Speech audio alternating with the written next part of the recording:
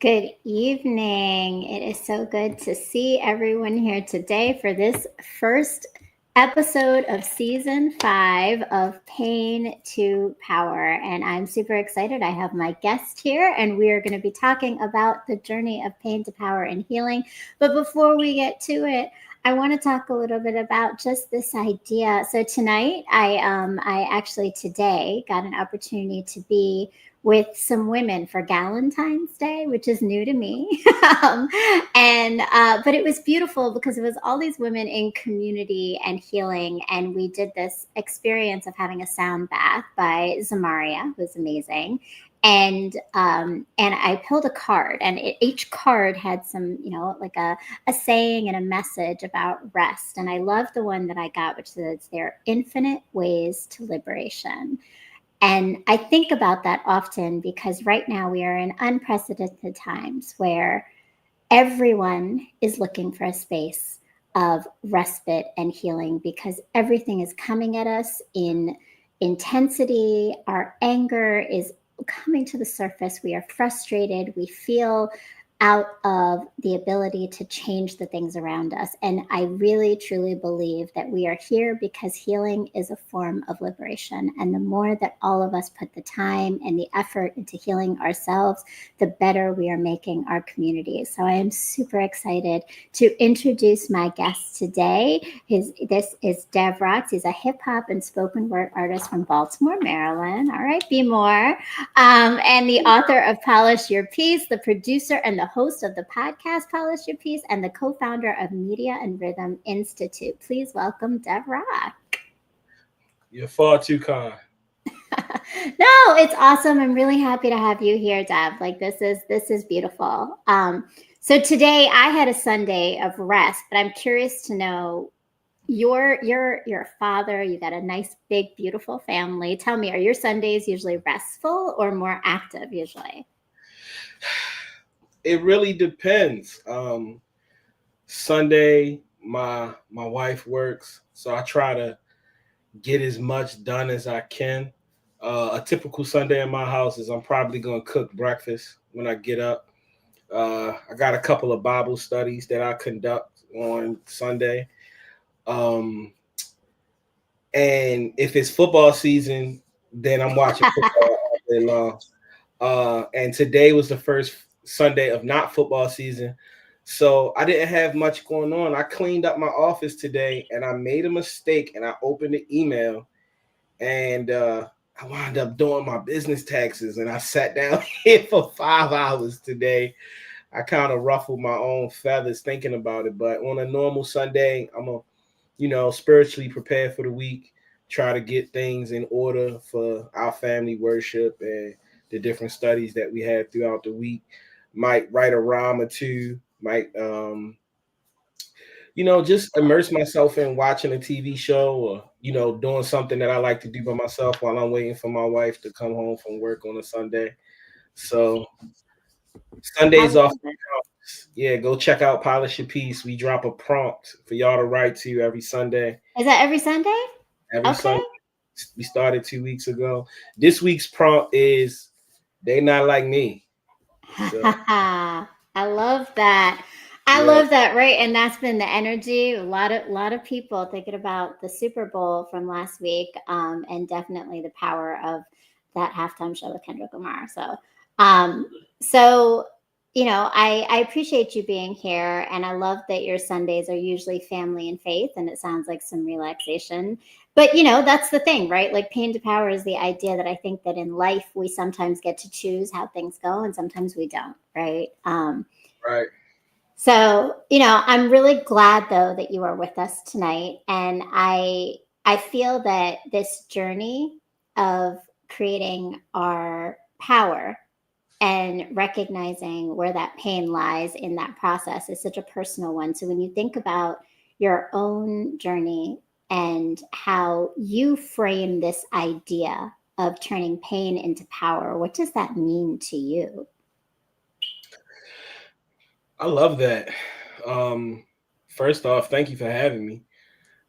Second thing I would say is that you have a couple of different choices, but when things happen to you, you can either choose to respond to them in spite of, you can choose to, play into whatever it is that's happening and allow that to be the reason of why this or that or whatever doesn't happen.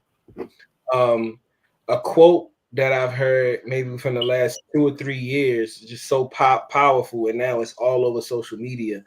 You know, whatever happened to you is not your fault, but it is your responsibility. Mm.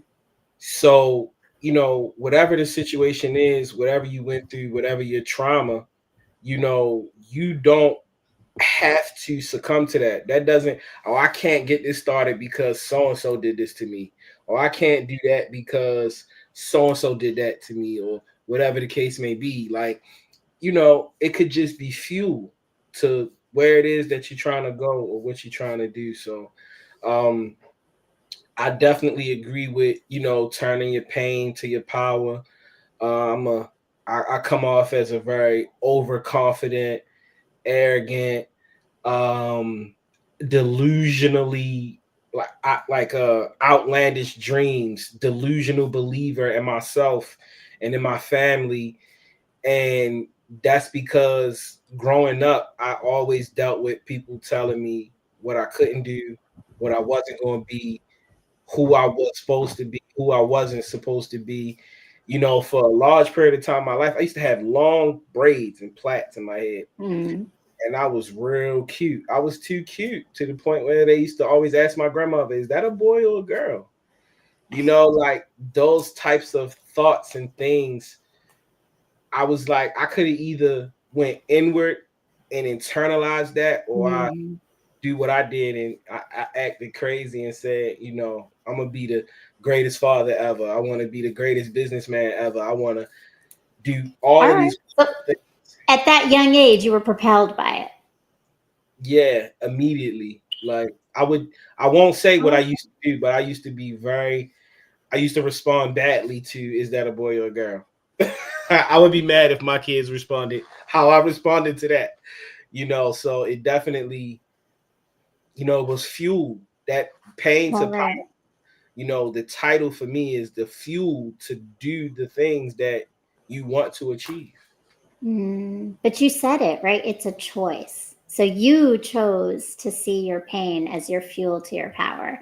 And it sounds like it's propelled you throughout your life, which is huge, right? Like that's the key to healing, is to make that choice. You talked about yourself as a delusional believer. I love that, actually. Like that to me is the pinnacle of power. When you are a delusional believer, you have faith and trust in yourself. And we were actually just having a conversation about this idea of trust in ourselves, right?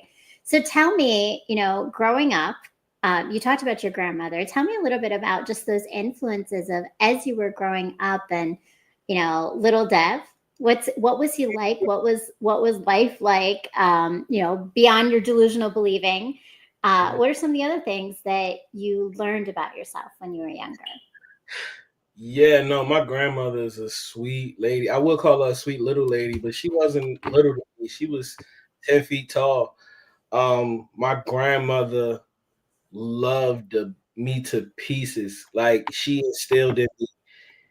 She was like the main one when everybody else was, whatever they was on. She was the main one who was putting it in me. Like, oh, you think I would say crazy stuff like, I wanted to sell candy or whatever like that. And so I was telling her, I'm gonna sell some candy.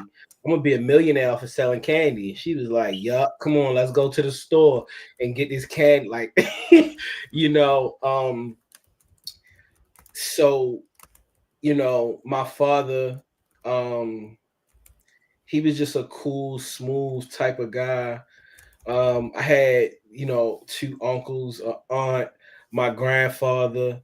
Um, I, you know, I'm just thinking about my grandmother right now. Like she built that delusional belief within me. Uh, Mm. but re-ask your question because I went down memory lane and I forgot what the question was. No, you know what though? I think that your lane took you to the impact of your grandmother, right? So tell me about that. Like, how did she shape you into, who you are today? I think my grandmother was, well, this is what I'll say, but she can answer for herself, at some point, maybe on one of my pods or when me and my wife do a moment with us or something. But um, my mother and my father, I would say they was young. My mother was like 16. My father was like 22. My father loved me to pieces. My mother, she had her own things going on. You know what I mean? By the the time that by the time I started living with my grandmother, my mother and my father had been married for like 2 or 3 years, and my mother had already moved on. So my little brother is 2 years younger than me, Mm, and my mother and my father were married for 4 years. So there was infidelity that created my middle brother. mm, And my grandmother, I would say, in my opinion, she felt bad for her grandchildren, just in how their parents raised them. So she was giving me extras. I grew up in a house with 11 people. So you got my grandmother, my grandfather as the heads of the household. You have almost all of their children living there, and then their children. So you got 3 generations living in one house. And so it was just a lot of, she taught me how to manage a checkbook, manage your money. She taught me, I sat with her when she cooked breakfast on Sunday mornings. It was just a real special relationship with me being upset because all the kids that I ever watched grow up live with their mother, and I couldn't believe that I live with my father and my grandmother. So that really turned me into like a angry person as far as like my mother was concerned, because like what mm, child doesn't go with their mother? Everything mhm. on TV, all my friends, they like, yo, you got a dad. And I'm being mad with them, like, nigga, you got a mom. You know what I'm saying? Like Yeah, so, yeah, yeah, yeah. so then that put my grandmother on a higher pedestal because my grandmother was everything to everybody, not just me. So like I never seen my grandmother go get her hair done. I probably seen her get her nails done like once or twice. We didn't go out to restaurants and eat. We went to like Red Lobster one time, but yet my grandmother had 11 people living in her house with paying bills and all this type of stuff. And I just developed such a large respect for her. So anything she told me and anything she taught me, you know, I really held on to that deeply, and it also Mm, caused me resentment towards my mother and my father because I spoke a little bit about my mother not being there, but then also my father was, you know, heavily involved in drug abuse. mm. So he was there, but he wasn't fathering, Well, I thought he wasn't fathering at the moment. Mm. So, one, kudos to your grandma because it sounds like she instilled a lot of things in you in the midst of you trying to navigate things with the chaos, right? Like around you, which is huge, I think, and that's a big role to play in anybody's life. But you talk about your mom and your dad, and I'm wondering, it's hard. It's really hard, I think, when our parents turn out not to be the adults we need in our lives, right? How did you move through that resentment to a space of understanding them as humans? Because the way you talk about it now, right, you're giving them so much grace and recognizing their humanity in it, but it takes a journey to get there, right? Word. I think I was like 13, and I asked my grandmother like why, something like why about my mother, and she was like, Mm. she got real serious. And my grandmother only gets serious when she mad. Like other than that, I mean, she not like a funny or a jokester or nothing, but she gets mean when she's serious type of person. Like she'll hang up on you on the phone, hang up on you.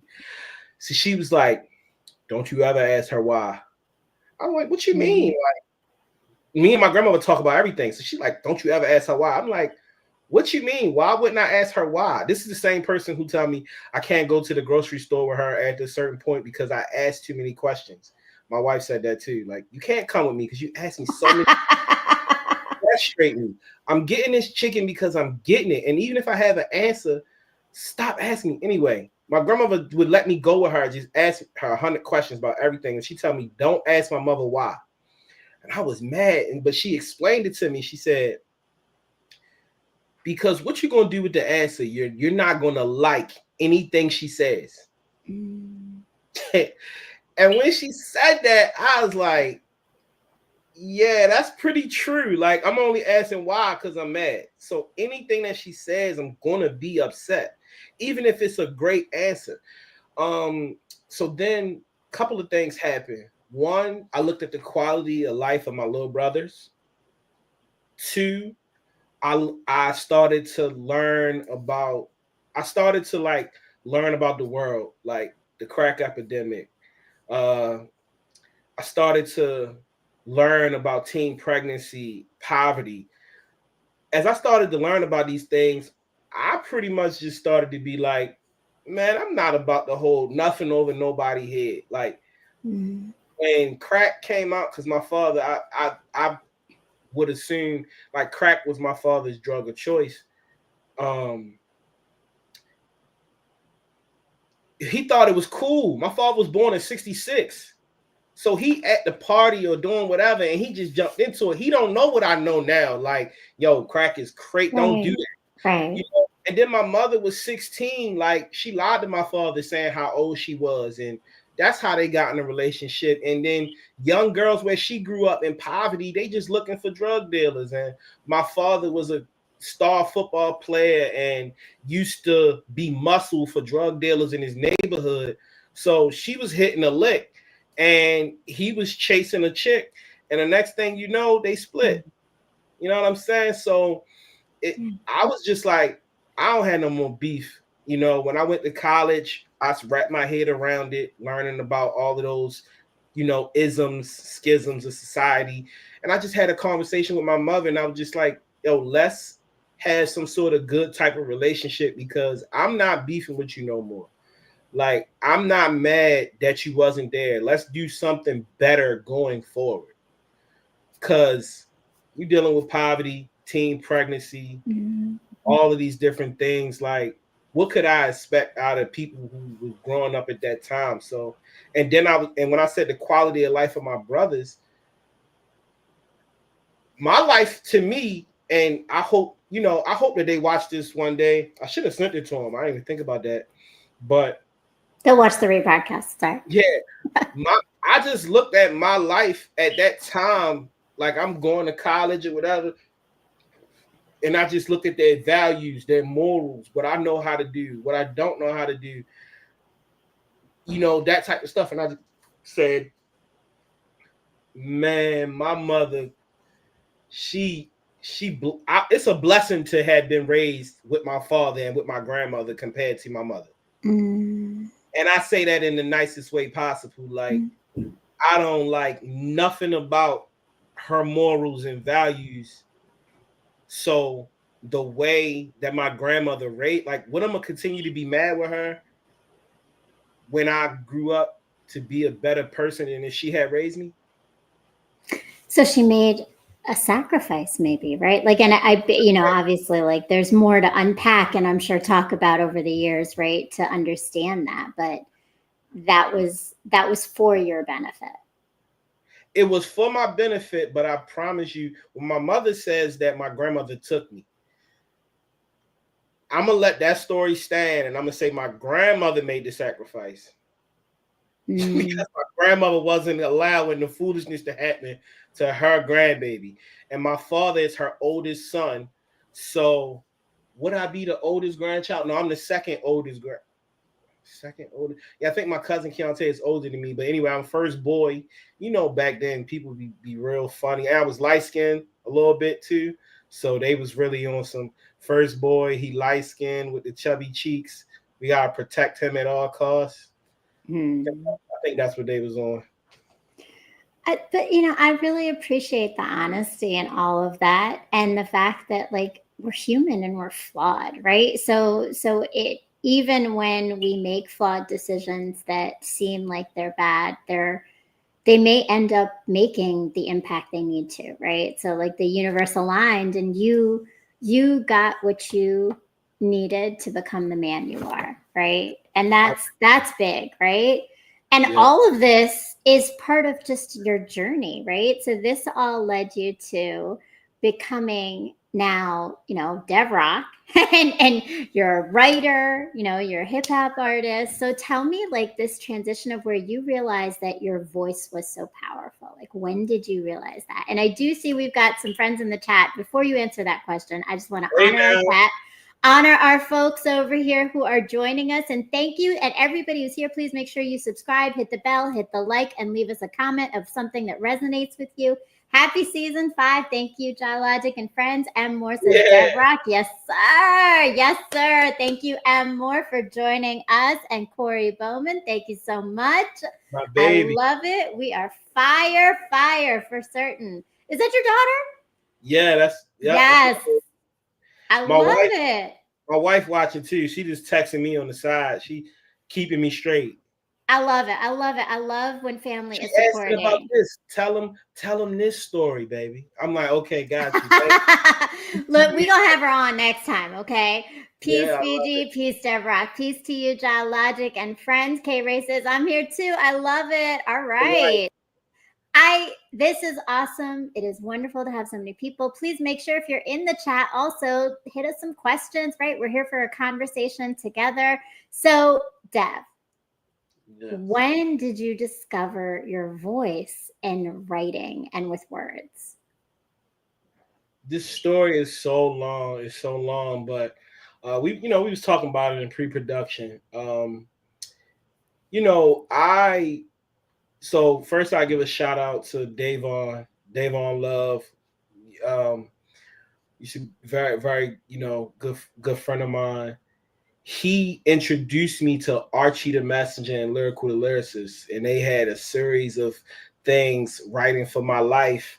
And I also just started moving around the open mic scene. I used to take $5 at the beginning of the week and go to every open mic, sell my CDs, move around, or whatever the case may be. But when Davon introduced me to Archie the Messenger and Lyrical the Lyricist, when I was up at Towson, the boy Archie is nasty, and he said, I never needed a chain. My skin cost cash. And I was just learning so much about Black people, the slave trade. I was learning about so many different things. And I used to listen to my favorite rap is Ludacris, Jay-Z, Lil Wayne. I said Ludacris, so Kanye West. So all of the raps that I had ever heard that I can really remember are braggadocious. It's about money. It's about girls. It's about da da da. When I heard Archie the Messenger and Lyrical the Lyricist rap about what they was rapping about, I said, "Oh, I have a place. I have a place here." Because I mean, I was getting girls and I was getting money, but I'm not the type of person that's going to talk about that. And so when I heard that, I wanted to talk about like message. I wanted to give messages that make the world a better place. So when I heard him saying, when he said, I never needed a chain, my skin cost cash, I said, oh, well, if that's what they saying, I can do that too. And I was a world-class debater at this time for Towson University. We broke a lot of records. We made history. We changed the course of debate on the collegiate level. And we used hip hop as an argumentative form, and then we performed hip hop as a form of speech. Oh, I love that. And that was the point for Davon introducing me to Archie. And then I did it in that. So, like, I remember at Harvard, it was Halloween at Harvard. Somebody can go back. This is all public record. You can find it if you care that much. I was like the 6th place speaker out of like 72 teams at the Harvard Invitational. But like my caveat was I would read articles and read the information. And instead of just repeating and saying the information like everybody else did, I wrote my summaries of what I read in rap, in poetry. That's brilliant. Can I just say that? Like that's a brilliant thing to be able to do, to transfer like just informational things into lyrics is not an easy task. Oh, I thank you. And so that was like a coming out moment of like, this is academically regarded. Okay. So that was a Mm-hmm. confidence builder, like, oh, in this sphere, in this world, where because people were doing that before me. But when I got sixth place speaker at Harvard, it's 72 teams, 72 times two, that's over 150, 160 people or whatever like that. But Mm-hmm. I was number 6 or something close to that. I was in the top 10. I was like, all right, I'm really like that. And a friend of mine at high school, his name was Tony. I used to call him Why Not. He used to do these freestyle battles, and I used to tell him, like, this was in high school at Digital Harbor. I used to be like, yo, I'll probably rap one day. He said, yo, you smart enough to rap. Yo, you easy rap. I thought rapping was a different thing. So anyway, point being, that Harvard trip was where academically I was like, okay, I'm nice at this. And then that I started taking those same rhymes that I was doing from the research I was doing and then performing them out in public, because every case or argument that we would write had something to do with people's real life problems. Mm-hmm. So people would, one time I met my wife when I was 22, and we were somewhere, I was somewhere performing. And when people perform, people go, ah, ooh, ah. That's how you know it's good, right? Right. One day, I don't know if my confidence was lacking or not, but I was like telling my wife, like, people not jumping out and doing it. She said, do you ever notice the fact that when you're performing is dead silent? That is Mm. also a sign of crowd control and respect for what you're doing, because everybody is locked in. They don't want to miss nothing. People will sit in these events and talk through other people's stuff if it's Yeah. boring. Yeah. But dead silent, you don't even hear people's thumbs clacking their phone. You don't hear people ordering at the bar. It's dead silent when it's your turn. That means something. So then that's like professionally. So I got academically, then professionally. And then as I grew, I started to have situations where I would see people imitating things that I created that I hadn't saw before. I started having people come up to me and tell me, hey, I'm creating this. I want you to be a part of it because this, what you do, is what you do, And then I had people come up to me, tell me that they was inspired by something that I said. At that point, it was a wrap. I had. Then you knew. Yeah. Yeah. But what confirmation, I think, and I love the trajectory of how you shared that story, right? Like that academic regard and then like performance regard, and then just finally you internalizing it. But I think also you share the story of that, like, you didn't see it until the outside world kind of validated and affirmed you the way that you needed to see it.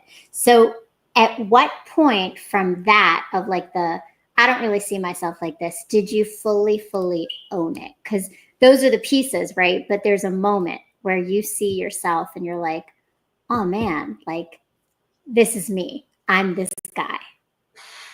Uh, who knows? Because at the end of the day, I don't believe in fake it till you make it, but I do believe that hard work beats talent. Mm. So, you know,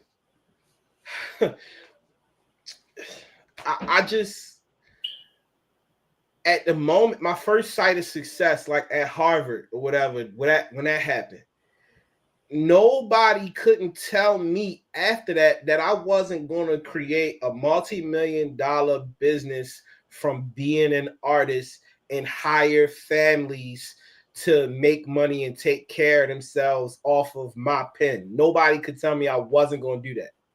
So you saw Now, the vision. I don't know. I was making it in real time. I wasn't going to accept it to not be. And people was telling me, you're doing too much. So like this was before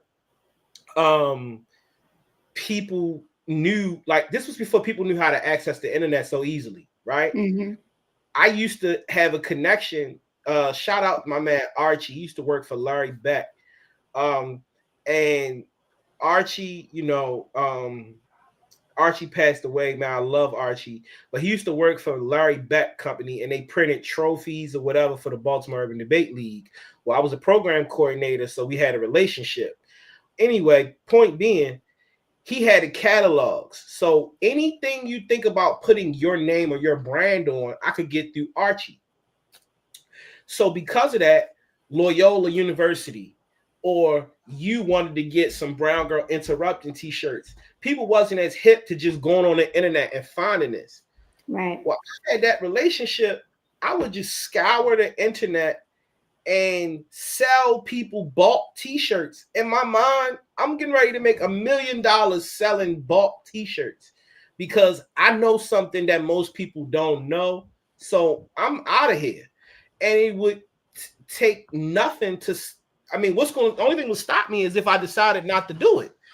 So, that's a part of that delusional belief in myself that, whatever I say, whatever we decide that's going to happen, I'm going to make it happen. And even if I fall short, I'll be okay. I'll pick the next thing up and do that.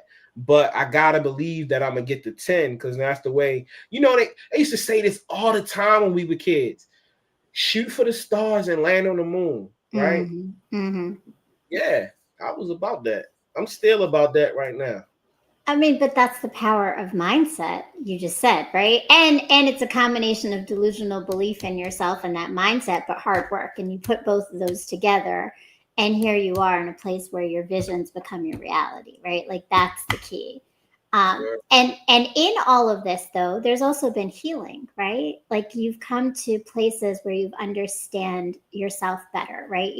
We talked about your childhood and just there's always a mark. I think there's always a mark, right? When boys are struggling with the men in their lives, right? Like that understanding leadership, understanding what it is to show emotion, to experience emotion. So how did all of that, those pieces of understanding yourself as a man and the kind of man you wanted to be come through in all of this experience? Yeah, that's deep. I'm gonna come back to you for you to ask that again because I have a thought that you started in my mind that I'm gonna speak on. I remember being in college and being just upset that I feel like my father didn't prepare me for manhood. So, for an example, and this is a common theme throughout my life until I met Jehovah and started reading the Bible and really understanding that God lays out exactly what a man's responsibility and roles are, what a woman's responsibility and roles are, and there is no argument to be had there. But Mm-hmm. going back, I used to be so upset because if I had a girlfriend or my wife, if she tells me something, this is hurting my feelings, this make me upset, or you not supposed to do this, I didn't have any code to say this is how a Moray man treats his girlfriend, his wife. This is how a Moray man raises a child. This is how a Moray man, does anything. I didn't have any code or bill of ethics, and I used to be so mad about that because I would get into situations where I feel like I made a good decision, or the decision that I want to make seems like a good decision, but the feedback that I'm getting from whoever's on the other side of me is telling me this hurts my feelings or this is not good for the family, for me, for you, for us. And when you left at that impasse, you like somebody. I generally want to do the right thing. So even if I like a person or love them and they telling me something I'm doing is hurting their feelings, now I'm stuck with, This is what I feel like should happen. This is what they feel like should happen. Where is the place? You know what I'm saying? And so Mm. I'm getting to, so that was one place, right? Then a second thing is that, um, you know, my father, story about my father and manhood. Well, before I tell that, I'm sorry, I'm all over the place. But before I tell that, Oh, you're good. first married my wife, I I knew I was good for my wife. I knew I was good enough for her. But my wife, we have a blended family.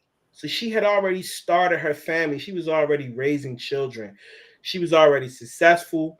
She was already operating and running a household, taking care of all her bills, her issues. She was already living an adult life.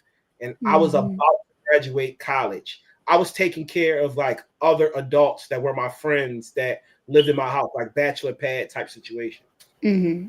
I knew I was worthy of her. I knew I could lead her. I knew I could do these things, but I had a insecurity. Am I worthy of raising these children? Mm. So that was a feeling within my manhood that bothered me. And like I said, upset with my father again about what did you teach me? Or what didn't you teach? And I didn't realize that I should have paid more attention to what he just did all the time instead of being worried about what he said or didn't say. Because after the fact, when I started paying attention to what my father did all the time, yo, that man, that boy was a great father. He was really Mm. like that. And he showed me and my wife how good of a father he was in his grandparenthood, like just Mm. came in and did for us when we had our first child together, JL. He was just really like that. Come in, wash the dishes, wash all the clothes, take the baby. You know what I'm saying? 18 hours out of the day, got the baby while Kelly was going to school. And I don't even know what I was. I was hustling and moving around because I had lost my job and everything. So it's seeing that it's like, this is exactly who he was to me too. He's a great father. He was showing me that, but he didn't tell me. Everybody don't talk. I'm a talker. I talk my kids' heads off. I know that I get on their nerves talking to them so much. You know what I'm saying? Well, point being, even now, I'm growing to learn and realize what a man is. Me and my wife, Mm. we have a conversation every 2 months where it's like, I'm a woman. I need you to be like this as a man so that I can be able to do what I'm doing. I need you to take the information I'm giving you and make good decisions. I need you to do, I'm constantly growing as a man, even as a friend. You know what I'm saying? I have two friends that's having a spat between each other, and I didn't play that right for 2 or 3 years, and it caused bad situation between them. So even as Mm. a friend, I'm growing. You know what I mean? And Yeah. um, I got one last story. My father, we talk about forgiveness, pain the power. We talk about manhood growing up. My grandmother used to overshare with me all the time. So I knew way too young that my father was an addict and what he was doing and what was happening and everything. He got free tickets to a Ravens game. But he had no money. I Mm. was mad because he had no money. So he had my grandmother make me my favorite meal. He was talking to me, eat this, take this, da da da. I'm not eating none of that. We eating at the stadium, boss. What you talking? We going, yeah, Mm. hot dog, yeah, peanuts, cotton candy, big soda with a raven on it that I'm bringing home. Yeah, what? Don't be confused. I protested the food. Mm. Made him feel bad. Went to the stadium. This was before. This was before ATM machines. If you had less than 20, before you could get tens and fives. Mm-hmm. And the first time they ever let you get a 10, one of the two. But he had less than that in his bank account. And he walked me to the ATM knowing he didn't have the money to try to get it out. Man, that's so crazy because I'd have linked on my kids. That would have been the end anyway. Point being, I was a horrible son in this moment. You understand what I'm saying? Well, or you were a child. You were a child with a child's perspective of life, Well, right? I hold my You kids to forgive a yourself too, as long as you've forgiven your parents, but you got to forgive yourself too, right? well, I do forgive myself for that. And it helps me to not look at other people in different ways now, whatever it may be, you Mm. know. But anyway, I was mean to my father. I talked crazy. A guy beside us wound up buying or giving me some peanuts because of how I was just talking to my father. And I just had this arrogance because I knew he was an addict. He knew I knew he was an addict. My grandma would say it was common. So I just treated him so bad. Fast forward, my wife got me tickets to the Ravens game out of nowhere. She like saved up because I know I was broke. We was together, and my son Rome. I think this was like maybe his first 1.5 second time ever going to a game. And my wife got us good seats. We felt the fire come up when Terrell Suggs come out and go. We felt the fire. He was. Yeah. As soon as my wife got the tickets, right? This is what I said. All right, baby. You know this wrong favorite meal. I want you to make this. We're gonna eat this. Only thing I'm gonna be able to do is get him a soda at the game. Da, da, da. I just started crying once I got to Mm. myself because I realized, yo, I'm It's doing full this. And circle. back then, I used to smoke, and I think my kids knew that I used to smoke. We're talking about weed. I used to smoke. So if I'm saying that I'm broke, some type of money is going towards me smoking. Mm. So crack and weed is not the same thing, but to a child, an addict is an addict. So I'm spending money on that. My father was spending on money, whatever he was spending it on, and I'm telling him, "Yo, we're gonna eat here, and then we're gonna get a soda." Man, I felt so bad how that thing replayed itself, and then I learned at that moment what parenthood was about. I had so Mm. much more respect for my father, so much more respect for my grandmother, and I'm just cautious now to ever be talking about anybody and what they doing and not doing as it relates to anything because what Maya Angelou is it Maya Angelou or is it somebody else that says everything that is human I should be able to relate to because I'm a human, Mm. even if I you can't. don't know. I don't know the other, but yeah, that's true. Yeah, so Right, but I think I really appreciate like your self-reflection, and it sounds like in that part of your ability to grow in all the ways that you've talked about, right? In forgiveness of others and just seeing your own need to change things, right? Is that you're open and willing for the growth, and you're open to receiving that information to grow, right? And that's certainly impacted your ability to evolve and heal, it sounds like, because healing doesn't always happen alone. We need a community around us sometimes, right? right.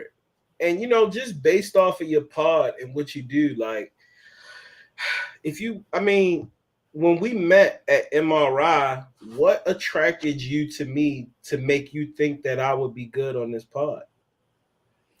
I think for me, it was really it's what you're doing with Polish Your Piece. And to me, I my so what I do and what I have the ability to do is I think that when I talk to people, I can hear through your story to the layers and the nuances beyond it. And that's how I know there's going to be a really good conversation here, and there's so much more to uncover because you go and we're about to talk about it, right? Polish your piece. I want to talk about it for certain because that's powerful in what you're doing for others, but that didn't come from nowhere. People do things for others and create things to heal the people around them because they themselves have had to go through an experience to get there and understand the power and importance of that. And that's you. Word. Word. I appreciate that. I don't want to take it lightly that you would ask me to come on your platform and talk to me because, like, you said, Truth and I, we produce a show. So we really think about who we invite and who we come in. We talk about what's good about them. And I am quite honored to know you was thinking about me. You sent me questions. You did your research. The title you came, Polish Your Soul. I said, oh, so Yeah. crazy. Yes. Well, look, I love the way that you open up Polish Your Piece. But Polish Your Piece is a podcast, but it came from your book, right? So let's talk about your book first and the power of your book. Because it's not just a poetry book, it's a poetry book and a toolkit at the same time. So tell us about Polish Your Piece. Yes. So, Polish Your Piece is a creative writing journal. It's a poetry guide. Everything about this book is for our artists who want to build confidence, sharpen their sword, um, or get better, or just have practice constantly. Everybody talking about Kendrick Lamar. He practiced. He was practicing every single day, waiting for somebody to act crazy. Polish your piece. He was polishing his piece. He was not. Mm. So this book has 10 poems, 10 writing prompts, 10 writing skills, so that aspiring writers and professional writers can continuously just be in the dojo and getting better. In this book, you be inspired by the poems. You'll have the opportunity to use a writing prompt that comes from my natural tongue. It's not going to be, I'm saying to and do. It's broken English. I'm writing it the way that I talk. Um, and then the writing skills are things like revision, things like what a sonnet poem is. Most poets now write in free write. Mm-hmm. In my book and in the books to follow, you'll see sonnet. You can learn an actual form of poem. Haiku. You can learn an actual form of poetry. And Mm. then most people regard artists and writers as people who are just these free thinkers who aren't business minded. So there's a creative journal, a creative planner. It has a calendar, it has goals, it has tasks, different things that you can write to keep yourself on track to creating and letting go some of this art that's inside of your body. Mm. I love that. And definitely go and check out the link below and find it, Polish Your Piece, because Hey, I mean, like that's dope because and the layers of it, right? Just the fact of like when you said there are different styles of poetry, I do think like for a lot of people who are creatives, I'm gonna speak for myself. Like I've been struggled between poet and writer for a long time, but part of it is it's almost like this fear of the unknown of like, but I don't know how to do the structures, right? So to guide someone through structure with their words is awesome. And then to also, I think oftentimes people don't have that, they don't, not everybody has delusional belief in themselves, right? Like, and but you're instilling that by creating this process, right? Sometimes delusional belief, sometimes things come from belief, and sometimes it comes from our practices shifting, right? And when your practice shifts, then you start to see your belief being coming to reality, right? So like if I start doing these things. listen, Steph Curry shoots that shot from 30 and 40 feet away because that's what he practiced. J.R. Smith used to practice that. Gilbert Arenas used to practice. And people would look at them like they was crazy, say it's a bad shot. My nephew Langston, he shoots from half court all the time. And sometimes he goes shoot it. And I say, Cash, everybody looking like that's a bad shot. That's all he practicing. So you can get that delusional belief if that's what you're practicing. So you hit that nail on the head. I mean, That's it. I love it. And that's beautiful because I think it gives space and grace for everyone to grow and become the thing that they have the potential to be. So the book parlayed into your show, which is a whole nother level of this experience. So tell me about Polish a Piece and what that involves when people come to this and watch this. So talk about the delusional belief. First off, it was all written at once. It was like we're going. I'm gonna write this book called Polish Your Piece. It's gonna be a podcast, and it's gonna be an open mic and a show all at the same So time. you knew all of that, like you saw it all.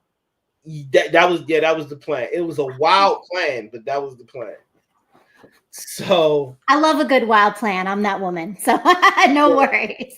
yes, I put my family through that all the time. Listen, we all going to get up, travel 20,000 That miles this way, and then we're going to swim, and we're going to do this, and we're going to eat, and then we're all going to be back here for bedtime. Like everybody's like, okay, that's the life of visionaries. That's what it is, right? We create because we see it.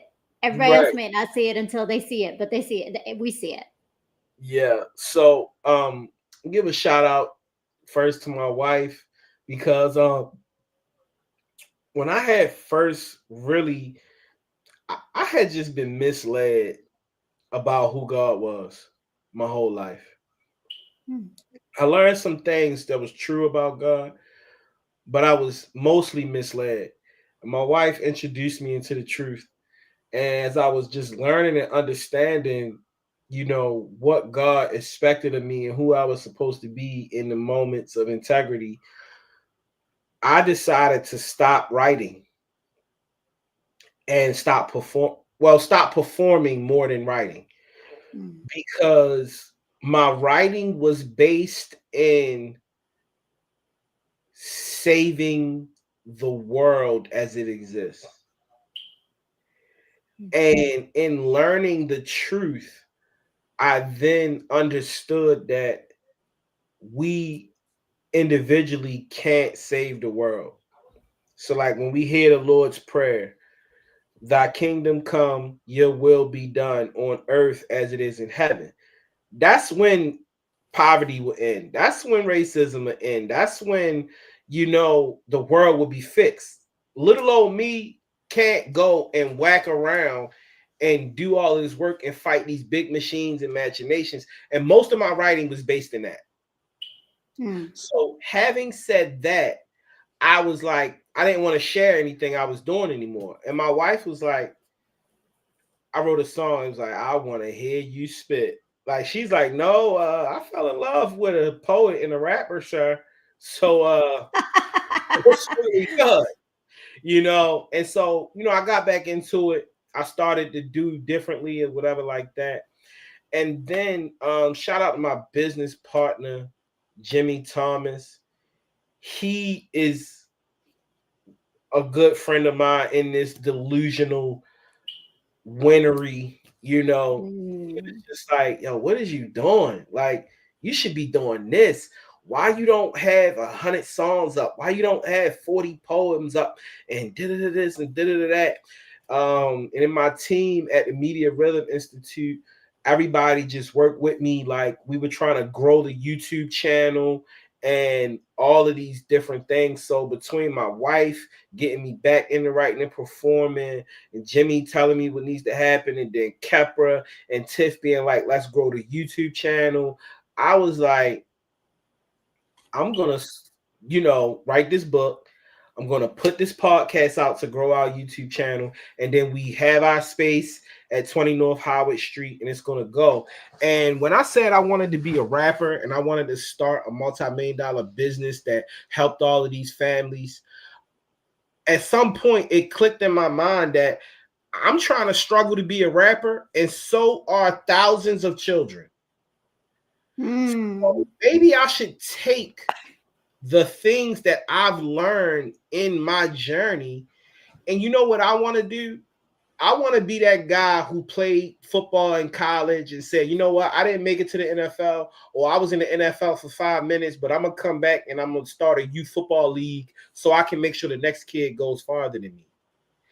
And so with Media Rhythm Institute, we determined that most kids that get into hip hop wind up being in college, fumble around, they playing with their friends, and then they rappers and singers and stuff like that. And that's how they get into it. But if you wanted to be a professional piano player, if you want to be a professional cello player, if you want to be even a professional singer, you can take classes from 5 years old to up, and then you would be a professional.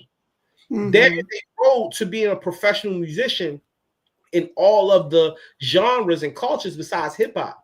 So we said we want to be the AAU of hip hop. We want to be the Pop Warner of hip hop. And so because of that, when you fast forward, Polish Your Piece is an extension of that. Let me take what made me great at Harvard and my method to write a poem and a rhyme. Let me put that in a book and put it in as many hands as I possibly can. Let me create a platform where people can come and share their poem in their open mic. And then we have a prompt and we bring somebody in that's great and they teach that one thing so that the next person can learn it. Let's create a podcast for people who really love writing and they can watch it and learn that one skill and make their writing better. Rather it's, I say writers and readers and in-betweeners. You know what I mean? Whether it's poetry, screenwriting, songwriting, comedians, even people who write in captions, emails, and grants can learn from the people who are great writers. And so I hope I answered your question. I just started going crazy. No, you absolutely did. And I think you gave the backstory of the power of what you're doing. I shout out to Jimmy. Jimmy was also on my show for season 3. He was on here. Jimmy is amazing. This is how I met you, right through Media Rhythm Institute. And I think, again, like what you just said, right? This road to being professional, you have reframed that for young artists to see themselves again as professionals. And then Polish Your Piece is, again, just another space where you've created this growth through expertise, but also through exploration, which is amazing. And all of this, right, is what you do and what you've been known for. But if I were to ask you, in this journey of healing and just for yourself, what is something that you are proud of about yourself that doesn't have to do with work or creation, but is just of you personally?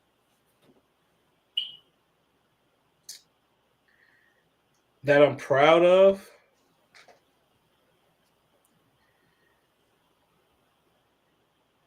This is a fairly new thing.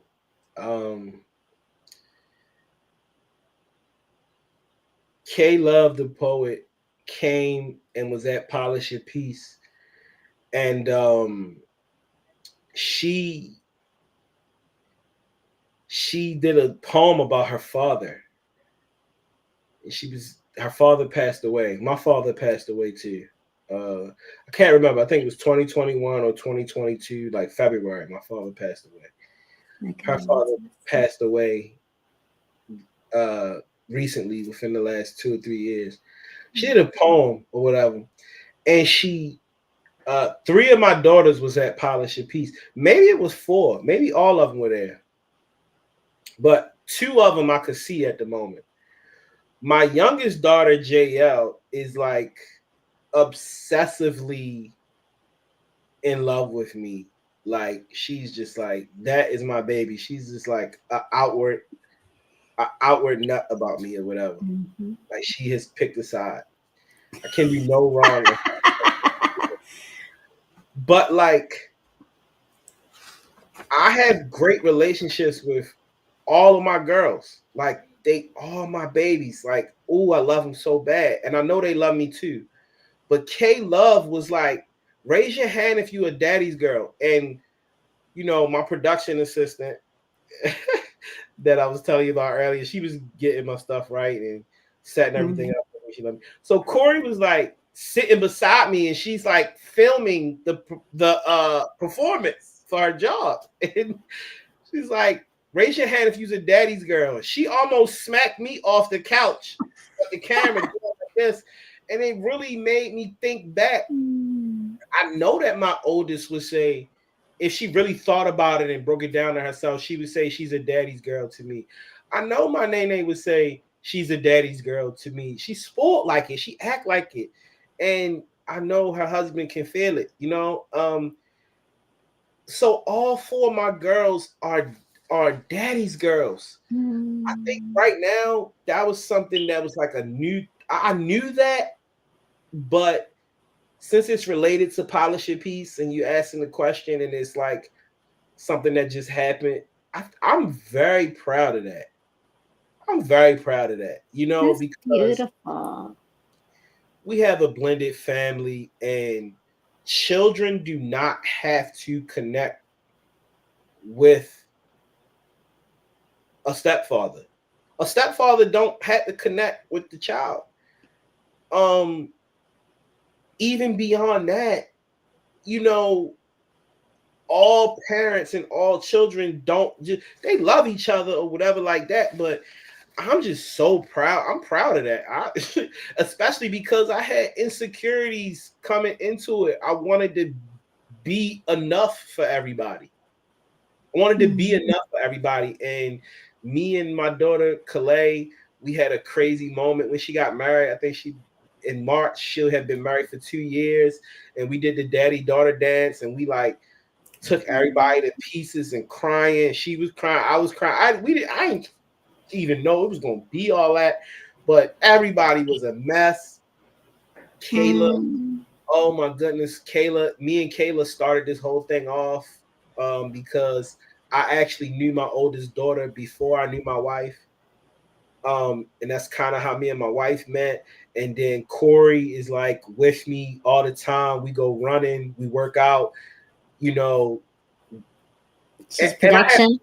right, and I have great relationships with my sons too. Have great relationships with them Right, too. right. But like It's the important, that father daughter connection, right? And I opened up talking about this idea of healing, and I think so importantly, part of that healing is, as a woman, I'm going to speak for myself, like the power of women seeing a man who can create that safety, that protection, and that leadership all in one is so important in them understanding and knowing what they want in life and what they can have and what they are looking for, right? But like, so you're doing something very powerful, I think, for your daughters, in that you're giving them that independence of knowing the importance and the power of that in their own lives, right? And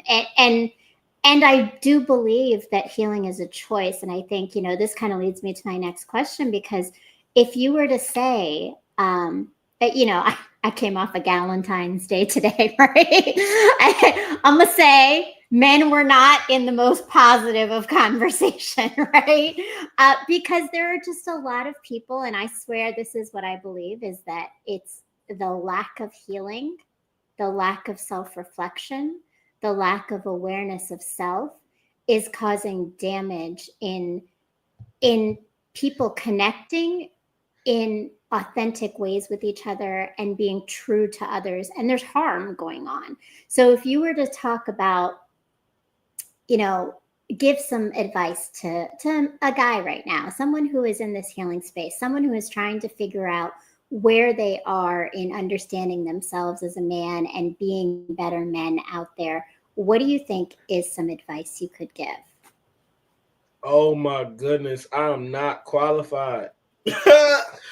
I'm not qualified to give a guy no advice. The first thing is that as far as advice is concerned, what works for me don't necessarily work for you.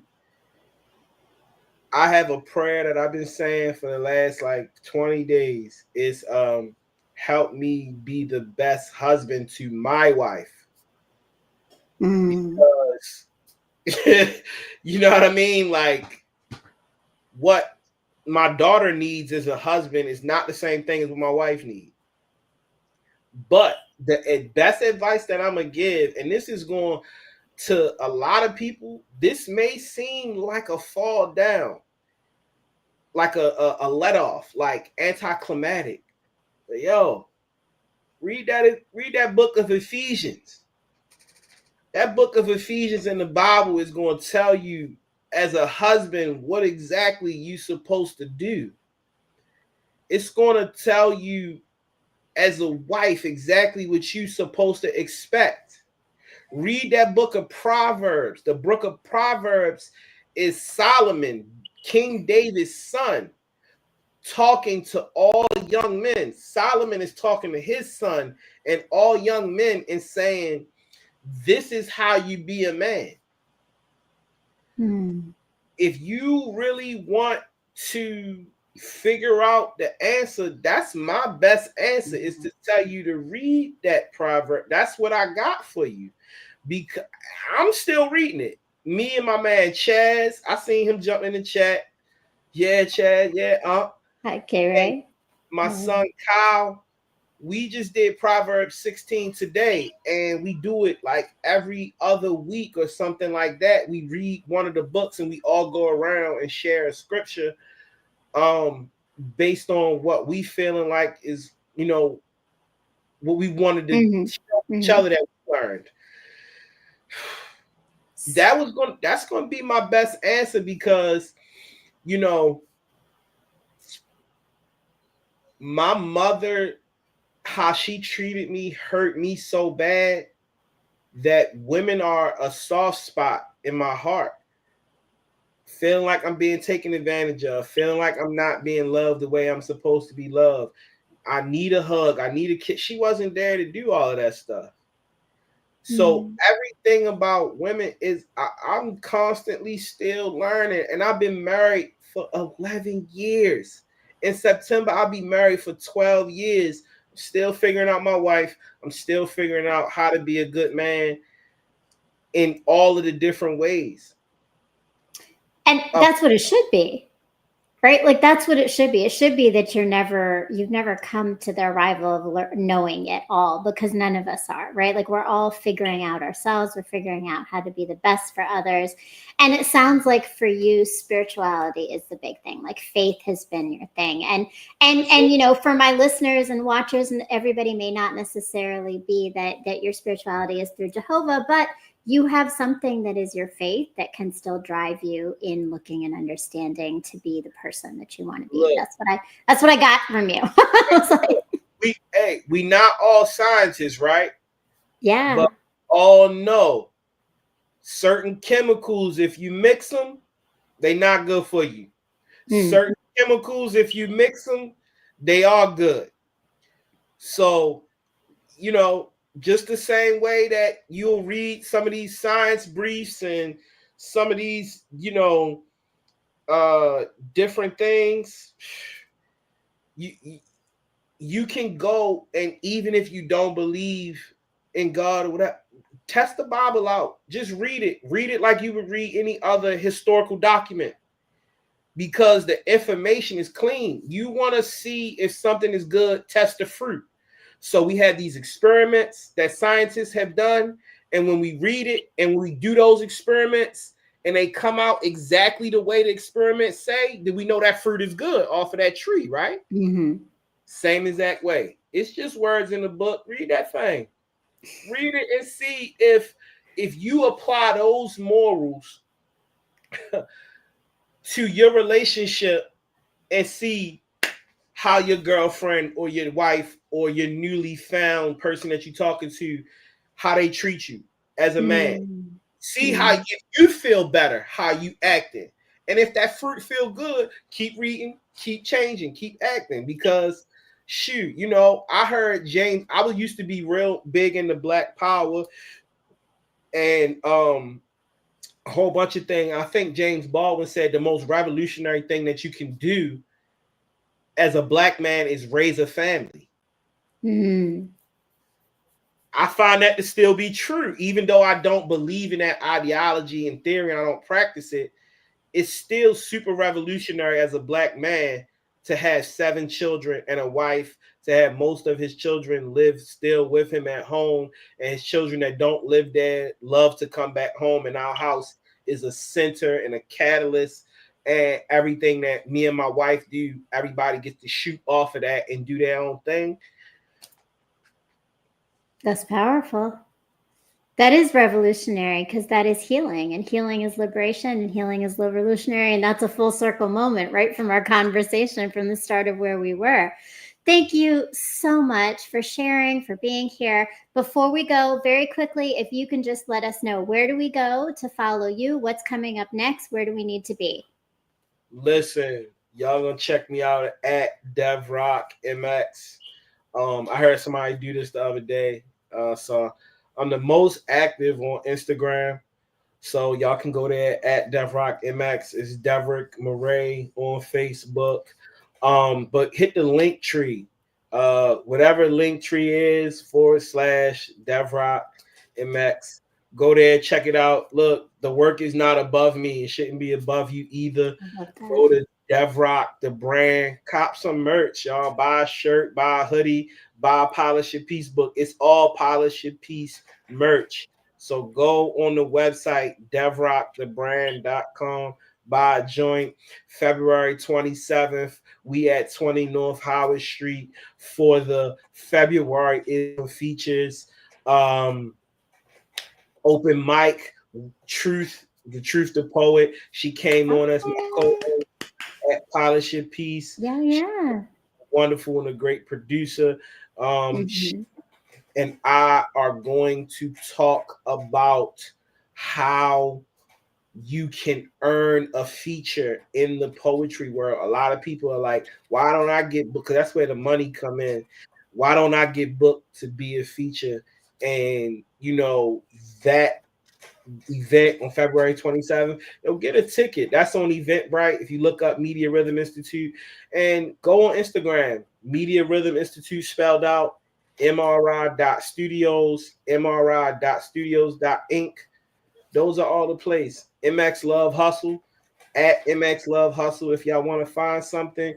And check out my wife, Cray_Designs. Y'all come get y'all hair done.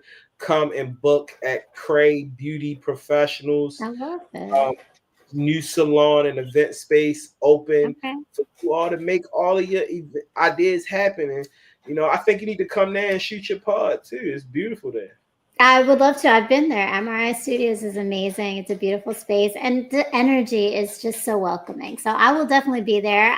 February 27th, I got it on the books because I would love to see Truth to Poet, and definitely experience Polish Your Piece. Like, that is a thing, right? So let's all go. Please go and follow DevRock. Follow me. I am Marya Kazmi. I am Brown Girl Interrupting. I actually recently just redid a launch of my website. So there is everything you can get from there, as well as some of the new work that's coming up, because I've got some projects as a business that is really booming and trying to grow in this work of healing. So please go check me out, read my work, and tune in every Sunday at 8 p.m. Eastern Standard Time on this channel, Brown Girl Interrupting. And if you are looking at the rebroadcast, make sure you hit the bell, hit the bell for all the notifications. Check out and hit the thumbs up, give us a like, and share a comment of something that resonated with you. Thank you so much, Dev. Thank you so much to my producer. Thank you to everybody who is here tonight, who stayed, who listened, who engaged. I am so grateful for all of you and for the iRant network that is bringing all of this to us. So thank you. Have an amazing night. Thanks again, Dev. Thank you. Thank you for having me. Always, it was a pleasure. I can't wait to more conversations and maybe checking out Polish Your Piece for sure. So, hey! I love it. I love it. All right. Peace, love, and light.